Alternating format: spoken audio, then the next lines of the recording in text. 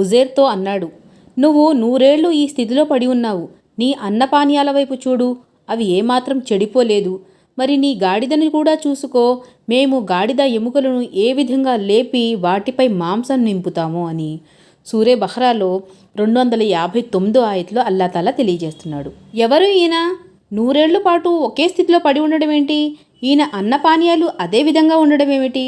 తెలుసుకోవాలి అంటే హజరత్ ఉజైర్ అలైహిస్సలాం గారు ఈయన జీవిత చరిత్ర గురించి మనం తెలుసుకోవాలి. ఇన్షా అల్లా వివరణలోనికి వెళ్ళిపోదాం. అస్సలాము అలైకుం వరహమతుల్లాహి వబరకాతుహు. అనంత కరుణామయుడు, అపార కృపాశీలుడు అయిన అల్లాహ్ పేరుతో ప్రారంభిస్తున్నాను. ఈయన హజరత్ ఉజైర్ అలైహిస్సలాం 100 ఏళ్ళు నిద్రపోయిన మనిషి. క్రీస్తుపూర్వం 500 నుండి 400 సంవత్సరాల వరకు ఈయన నిద్రపోయారు. అంటే 100 సంవత్సరాల పాటు ఈయన నిద్రపోయారు. హజరత్ ఉజైర్ అలైహిస్సలాం తన తోటలోనికి ప్రవేశించి అక్కడ ప్రకృతి సౌందర్యాన్ని మాల్పడి అలాగే కాసేపు నిలబడి చూస్తూ ఉండిపోయారు. పచ్చగా కలకలలాడే చెట్లు, వాటిపై ఒక కొమ్మ మీద నుంచి మరొక కొమ్మ మీదకి కిలకిల రావాలతో ఎగిరే పక్షులు, విసనకర్రల్లాంటి చెట్లు, ఆకుల నుంచి వీస్తున్న స్వచ్ఛమైన పిల్ల తెమ్మెరలు ఆస్వాదిస్తూ తన చేతిలో ఉన్న బుట్టను కింద పెట్టారు. అలా చాలాసేపు నిలబడిపోయారు. చెట్ల కొమ్మలు నోరూరించే పండ్లు భారంగా కిందికి వంగి ఉన్నాయి. ఆయన తన బుట్టని తీసుకుని అందులో రకరకాల పండ్లను కోసుకుని ఆ బుట్టను తన గాడిద వీపు మీద కట్టారు. దానిపై కూర్చుని వెళ్ళిపోయారు. దారిలో కూడా ప్రకృతి సౌందర్యం గురించి, ప్రకృతిలోని రమణీయత గురించి ఆలోచించి ఆశ్చర్యపోసాగారు. గాడిద దారి తప్పి తనను ఎటో తీసుకుపోతుంది అన్నదాన్ని ఆయన గుర్తించలేదు. ఆలోచన నుండి బయటపడి చూసేసరికి ఆయన ఒక పాడుబడిన ఊరిలో ఉన్నారు. నేలపై మానవుల కళేబరాలు, జంతువుల అస్థిపంజరాలు చెల్లాచెదురుగా పడి ఉన్నాయి. వారంతా గతించిన కాలానికి ప్రజలని, వారి చిహ్నాలు చిందరవందరగా పడి ఉన్నాయని ఆయన గ్రహించారు. ఆయన గాడిదపై నుండి కిందకి దిగారు.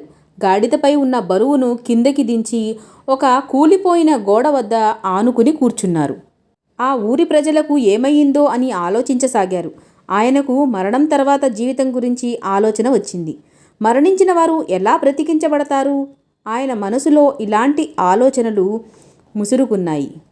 ఆలోచనల్లో నుంచి మునిగి అలాగే కునికిపాట్లు పడుతూ నిద్రలోనికి జారుకున్నారు. అలానే రోజులు గడిచిపోయాయి, నెలలు గడిచిపోయాయి, సంవత్సరం కాలగర్భంలో కలిసిపోయింది. ఉజైర్ అలైహిస్సలాం నిద్రలోనే ఉన్నారు. ఈ సుదీర్ఘకాలంలో ఆయన పిల్లలు, వాళ్ల పిల్లలు, పిల్లల పిల్లలు, ఇలా తరాలు గడిచిపోతూ ఉన్నాయి. జాతులు అంతరించాయి, కొత్త జాతులు ఉనికిలోనికి వచ్చాయి. అల్లా తన ప్రవక్తలతో వ్యవహరించే తీరు భిన్నంగా ఉంటుంది. సాధారణ విశ్వాసికి ఆధ్యాత్మిక విశ్వాసానికి సంబంధించిన అనుభూతి లభించకపోయినా అతను తన విధులను నిర్వర్తించవలసి ఉంటుంది. కానీ దేవుని సందేశహరులైన ప్రవక్తలకు వారి విధుల నిర్వహణలో దేవుని సందేశం ప్రజలకు అందజేయడంలో పటిష్టమైన సంకల్పం అవసరం.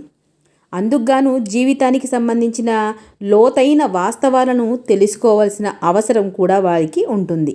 అందుకే ప్రవక్తల వద్దకు దైవదూతలు వచ్చేవారు. స్వర్గ నరకాలు, భూమి ఆకాశాలు, మరణాంతరం జీవితం వగైరా ఇలాంటి వాస్తవమైన విషయాలను వాళ్ళు చూపించి వాళ్ళకి అనుభవానికి తీసుకువచ్చేవాళ్ళు. ఉజైర్ అలైహిస్సలాం గారికి తన సుదీర్ఘ నిద్ర నుండి మెలకువ వచ్చింది. అల్లా ఆదేశానుసారం ఆయన నిద్ర పూర్తయిపోయింది. ఆయన నిద్రపోయినప్పుడు ఎలా ఉన్నారో నిద్ర లేచినప్పుడు కూడా అలాగే ఉన్నారు. ఒక దైవదూత ఆయన ముందు ప్రత్యక్షమయ్యారు. ఉజైర్తో దైవదూత, ఎంతకాలం నిద్రపోయావని భావిస్తున్నావు అని ప్రశ్నించారు. ఉజైర్ అలైహిస్సలాం జవాబిస్తూ, నేను కొన్ని రోజుల్లో చాలా భాగం, అంటే చాలా తక్కువ భాగం నిద్రపోయి ఉంటాను అని అన్నారు. దైవదూత ఆయన్ని చూస్తూ, కాదు, నువ్వు 100 సంవత్సరాలు నిద్రపోయావు అని చెప్పారు. చూడు, నీ పండ్లు అప్పుడు ఎంత తాజాగా ఉన్నాయో ఇప్పుడు కూడా అంతే తాజాగా ఉన్నాయి. నీ నీరు కూడా అలాగే స్వచ్ఛంగా ఉంది. కానీ నీ గాడిదను చూడు, కేవలం దాన్ని అస్థిపంజరం మాత్రమే మిగిలిపోయి ఉంది అన్నారు. ఇప్పుడు అల్లా మహత్యాన్ని చూడు, మరణించిన వారిని మళ్ళీ ఆయన ఎలా బ్రతికిస్తాడో అర్థం చేసుకో. దీన్ని నీ ప్రభువు తరపు నుండి నిదర్శనంగా భావించు. నీ మనసులో ఉన్న అనుమానాన్ని తొలగించుకో అన్నాడు. ఉజైర్ అలైహిస్సలాం చూస్తూ ఉండగానే గాడిద అస్థిపంజరంపై మాంసం కండలు చోటు చేసుకుంది. గాడిద మళ్ళీ సజీవంగా లేచి నిలబడింది.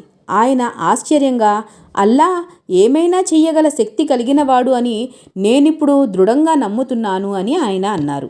ఉజైర్ అలైహిస్సలాం తెలిసిన ప్రాంతాలన్నీ పూర్తిగా మారిపోయాయి. తన ఇంటిని వెతకడానికి చాలా సమయం పట్టింది. చివరకు ఇంటికి చేరుకుంటే అక్కడ ఆయనకొక వృద్ధ మహిళ కనిపించింది. ఆమెకు కళ్ళు కూడా కనబడటం లేదు, కానీ ఆమె జ్ఞాపకశక్తి చాలా బలంగా ఉంది. ఉజైర్ అలైహిస్సలాంను ఆమెను గుర్తించారు. తాను ఇల్లు వదిలి వచ్చినప్పుడు ఆమె తన ఇంటిలో పనిచేసే చిన్న పిల్ల. ఆయన ఆమెతో, ఇది ఉజైర్ ఇల్లేనా అని ప్రశ్నించారు. ఆమె సమాధానమిస్తూ అవును అంది. ఆమె దుఃఖంతో, ఉజైర్ ఇల్లు వదిలి వెళ్ళిపోయారు, చాలా సంవత్సరాలైపోయింది. ఆ తర్వాత ఆయనకి ఎవరికి ఎక్కడ వెళ్ళిపోయారు అనే విషయాలు తెలియలేవు. ఆయన గురించి తెలిసిన వాళ్ళు చాలామంది చనిపోయారు కూడా. చాలా కాలం ఆయన పేరు ప్రస్తావించిన వాళ్ళు కూడా ఎవ్వరూ లేరు అంది. ఉజైర్ అలైహిస్సలాం గారు ఆమెతో, నేనే ఉజైర్. అల్లా అభిష్టం వల్ల నేను చాలా కాలం నిద్రపోయాను. అల్లా నన్ను 100 సంవత్సరాల తర్వాత నిద్ర లేపాడు అని అన్నారు. ఈ మాటలు విని ఆ వృద్ధ మహిళ చాలా ఆశ్చర్యపోయింది. కాసేపు ఏమీ మాట్లాడలేదు. తర్వాత ఉజైర్ అలైహిస్సలాం చాలా ధర్మాత్ముడు, అల్లా ఆయనను ప్రార్థనలను వినేవాడు. ఆయన రోగాల స్వస్థత కోసం ప్రార్థించిన ప్రతిసారి వారికి ఆరోగ్యం చేకూరేది. కాబట్టి నువ్వు ఉజైర్వే అయితే నా ఆరోగ్యం కోసం, నా కంటి చూపు కోసం అల్లాహ్ను ప్రార్థించు అని అడిగింది. ఉజైర్ అలైహిస్సలాం అల్లాహ్ను వేడుకున్నారు. అల్లా ఆయన ప్రార్థనను స్వీకరించాడు. ఆ మహిళకు ఆరోగ్యం చేకూరింది. ఆమె కంటి చూపు మళ్ళీ వచ్చింది. ఆమె ఆయనకు ధన్యవాదాలు చెప్పి ఈ మాట అందరికీ చెప్పడానికి తక్షణమే బయటకు వెళ్ళిపోయింది. ఉజైర్ అలైహిస్సలాం పిల్లలు, మనుమలు, మనువరాళ్ళు అందరూ కూడా పరుగు పరుగున వచ్చారు. యువకునిగా కనబడుతున్న ఉజైర్ అలైహిస్సలాంని చూసి ఆయన తమకు తాతగారని వారు నమ్మలేకపోయారు. ఇది నిజమా అని అందరూ గుసగుసలు చెప్పుకోవడం ప్రారంభించారు. ప్రస్తుతం ముసలివాడైపోయిన ఉజైర్ కుమారుడు ఒకడు, నా తండ్రి భుజం మీద ఒక పుట్టుమచ్చ ఉండేది. మా అందరికీ ఆ పుట్టుమచ్చ గురించి బాగా తెలుసు. మీరు ఆయనే అయితే ఆ పుట్టుమచ్చను చూపించండి అని ప్రశ్నించారు. ఉజైర్ తన భుజం మీద ఉన్న పుట్టుమచ్చను చూపించారు. అయినా వారికి సంతృప్తి కలగలేదు. ఇంకొక కుమారుడు వచ్చి జెరూసలంను బుఖ్తనసర్ ఆక్రమించుకుని తౌరాత్ గ్రంథాలన్నీ ధ్వంసం చేసినప్పటి నుండి తౌరాత్ కంఠస్థం చేసిన వాళ్ళు చాలా తక్కువ మంది ఉన్నారు. అలా తౌరాత్ కంఠం చేసిన వారిలో మా తండ్రి గారు కూడా ఒకరు. మీరు ఆయనే అయితే ఈ తౌరాత్ని వినిపించండి అన్నాడు. ఉజైర్ అలైహిస్సలాం తౌరాత్ మొత్తం పఠించి వినిపించారు. ఆయన స్వరానికి వారంతా మంత్రముగ్ధులైపోయారు. నిజంగా ఉజైర్ అలైహిస్సలాం తిరిగి వచ్చారని వారికి అప్పటికి గాని నమ్మకం కుదరలేదు. అందరూ ఆయన్ను ప్రేమతో కౌగిలించుకున్నారు. ఆనంద బాష్పాలు కూడా రాల్చారు.